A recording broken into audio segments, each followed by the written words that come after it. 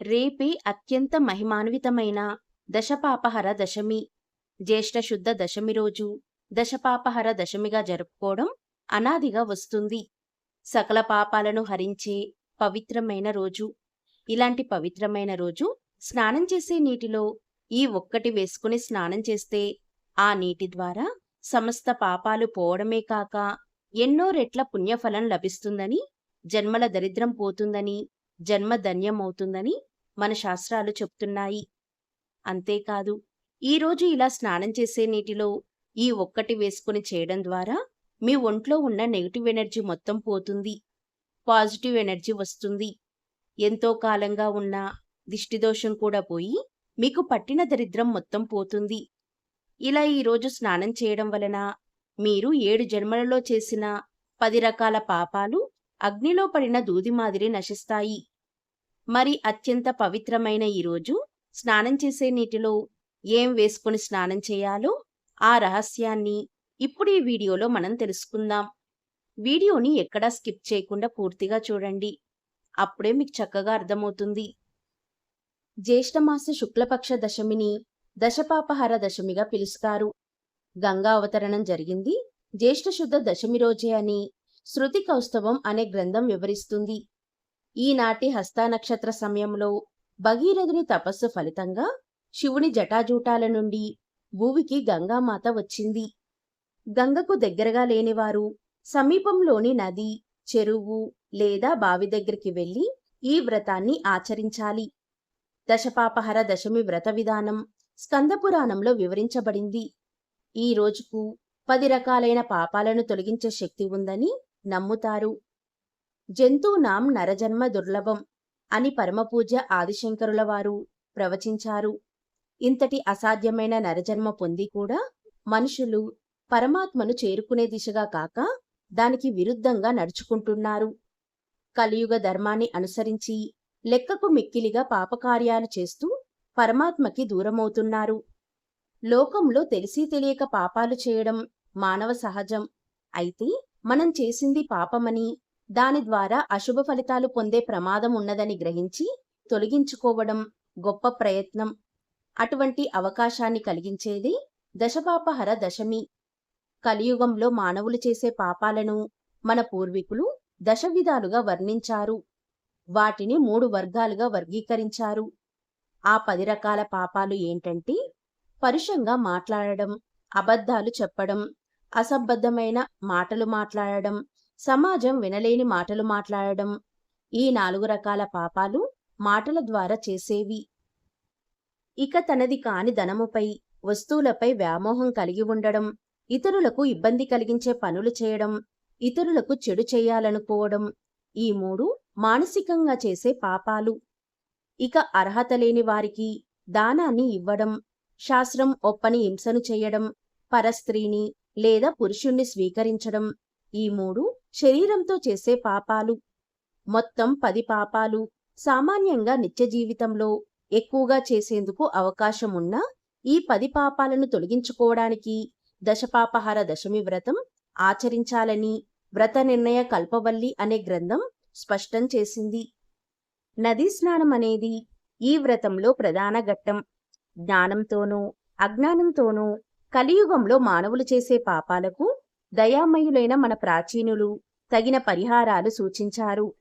వాటిలో ప్రసిద్ధమైనది దశపాపహర దశమి వ్రతం. పంచభూతాత్మకమైన శరీరానికి పట్టిన మురికిని శుద్ధి చేసుకున్న రీతిలోనే మనసుని పవిత్ర గంగతో శుద్ధి చేసుకోవడమే దశపాపహర దశమి వ్రతం. జ్యేష్ఠమాసం శుక్లపక్ష దశమి నాడు ఈ వ్రతాన్ని ఆచరించాలి. జ్యేష్ఠ శుద్ధ దశమి రోజు ఏ నదిలో స్నానం చేసినా విశేషమైన ఫలితం ఉంటుంది. ముఖ్యంగా గంగా నదిలో స్నానం చేస్తే గొప్ప విశేషం. కాశీలోని దశాశ్వమేధ ఘాట్ దీనికి ప్రసిద్ధి. ఈరోజు గంగా స్నానం పాపాలను తొలగిస్తుంది. దశపాపహర దశమి వ్రత విధానం స్కందపురాణంలో వివరించబడింది. ఈనాటి ఉదయాన్నే దగ్గరలోని నీటి వనరుల వద్ద స్నానాన్ని ఆచరించి గంగాదేవిని పూజించాలి. ప్రతిమనందు కాని, కలుషంనందు కాని గంగాదేవిని ఆవాహన చేసి పూజించాలి. తెల్లటి వస్త్రాలు ఆ తల్లికి సమర్పించి గంగా స్తోత్రం పఠించాలి. ఆ తర్వాత విష్ణుమూర్తిని కాని శివుణ్ణి కాని పూజించాలి. ఈరోజు నదీ స్నానం చేసి దానధర్మాలు చేసినట్లయితే సర్వపాపాలు హరించుకుపోతాయని పురాణ వచనం. ఈరోజే ఆ గంగమ్మ తల్లి ఈ భూమి మీదికి వచ్చిన రోజు, అంటే గంగమ్మ ఆవిర్భవించిన రోజు. ఈరోజు గంగానదిలో స్నానం చేసి గంగాదేవిని పూజిస్తే 10 రకాలైన మహాపాపాలు పోతాయని పురాణ వచనం.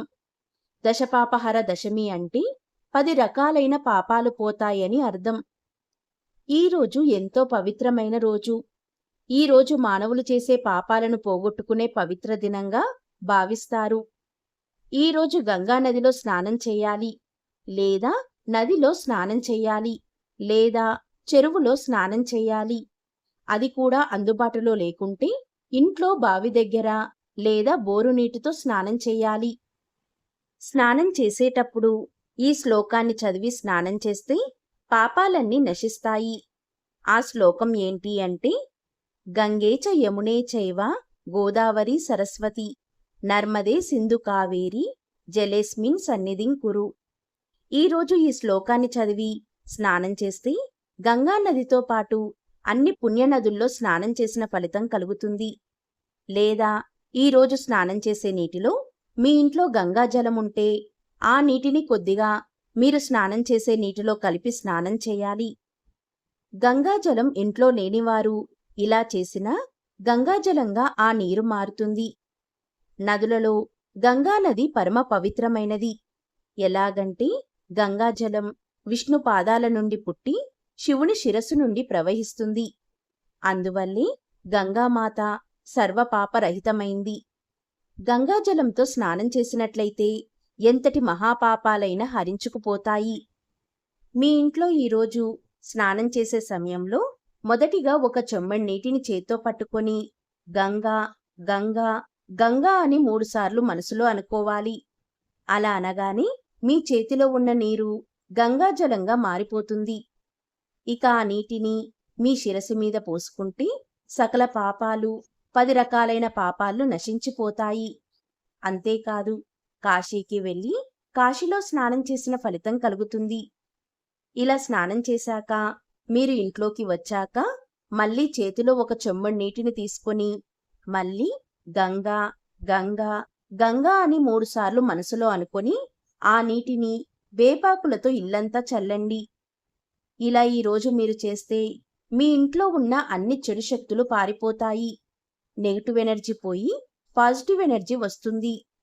ఈరోజు ఇలా చేస్తే మీ ఇంట్లో వారికి అంతా మంచే జరుగుతుంది. ఏ పని చేసినా విజయం వరిస్తుంది. దైవిక శక్తులు మీ ఇంటిని రక్షిస్తాయి. అన్ని బాధలు పోయి ఐశ్వర్యవంతులవుతారు.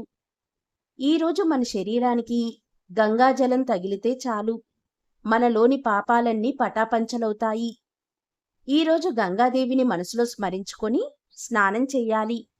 ఈరోజు ఆ మహాశివుణ్ణి, శ్రీ మహావిష్ణువును, సూర్యభగవానుణ్ణి ప్రత్యేకంగా పూజించాలి. ఎవరికైతే గ్రహదోషాలు ఉంటాయో అలాంటి వారు నల్ల నువ్వులు, బెల్లం, పేలాలు నదిలో విడిచిపెడితే గ్రహదోషాలు తొలగిపోతాయి. ఈరోజు సూర్యభగవానుడికి ఎరుపు రంగు పువ్వులను, అదేవిధంగా శివకేశవులకు పసుపు పచ్చని గన్నేరు పువ్వులతో అర్చించడం వలన వారి అనుగ్రహానికి పాత్రులవుతారు. ఇక ఇంతటి పవిత్రమైన రోజు ఇంట్లో మాంసాహారం అస్సలు వండకూడదు. అలా వండితే సకల దేవతల ఆగ్రహానికి గురవుతారు. ఈరోజు పొరపాటున మాంసాహారం అంటే మాంసం కూర వండితే ఆ సూర్యభగవానుడి ఆగ్రహానికి గురవుతారు.